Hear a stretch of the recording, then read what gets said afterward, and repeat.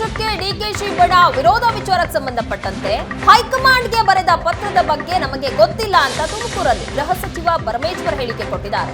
ಹಾಸನದ ಸಮಾವೇಶದ ಬಗ್ಗೆ ನನಗೆ ಗೊತ್ತಿಲ್ಲ. ನಾವು ತುಮಕೂರಿನಲ್ಲಿ ಸಮಾವೇಶಕ್ಕೆ ನಿರ್ಧರಿಸಿದ್ವಿ. ಬಳಿಕ ರಾಜಣ್ಣ ಹಾಸನದಲ್ಲಿ ಮಾಡ್ತೀವಿ ಅಂದ್ರು. ಸಿದ್ದರಾಮಯ್ಯ ಮತ್ತು ನಾವು ಜೊತೆಯಲ್ಲಿ ಇದ್ದೀವಿ. ನಮ್ಮಲ್ಲಿ ಯಾವುದೇ ಭಿನ್ನಾಭಿಪ್ರಾಯ ಇಲ್ಲ ಅಂತ ತುಮಕೂರಲ್ಲಿ ಗೃಹ ಸಚಿವ ಡಾಕ್ಟರ್ ಜಿ ಪರಮೇಶ್ವರ್ ಹೇಳಿದ್ದಾರೆ.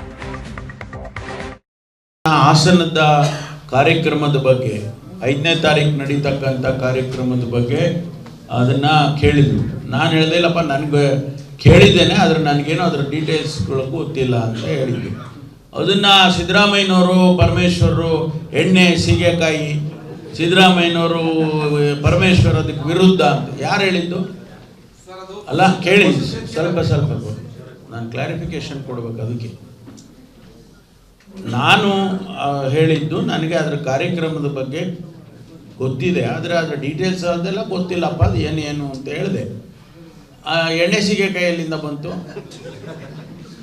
ನಾನೇ ಇಲ್ಲಿ ಮೊದಲನೇದಾಗಿ ನಾನು ರಾಜಣ್ಣವರು ಎಲ್ಲ ಮಾತಾಡಿಕೊಂಡು ತುಮಕೂರಿನಲ್ಲಿ ಸ್ವಾಭಿಮಾನಿ ಸಮಾವೇಶವನ್ನು ನಾವು ಮಾಡಬೇಕು ಅಂತೇಳಿ ನಾವೇ ಫಸ್ಟ್ ಫೌಂಡೇಶನ್ ಹಾಕ್ಕೊಂಡಿದ್ದು.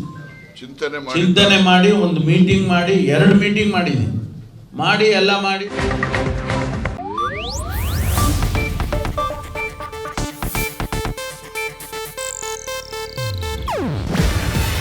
ಇದು ಏಷ್ಯಾನೆಟ್ ನ್ಯೂಸ್ ನೆಟ್ವರ್ಕ್ ಪ್ರಸ್ತುತಿ. ನೀವು ನೋಡ್ತಿದ್ದೀರಾ ಏಷ್ಯಾನೆಟ್ ಸುವರ್ಣ ನ್ಯೂಸ್.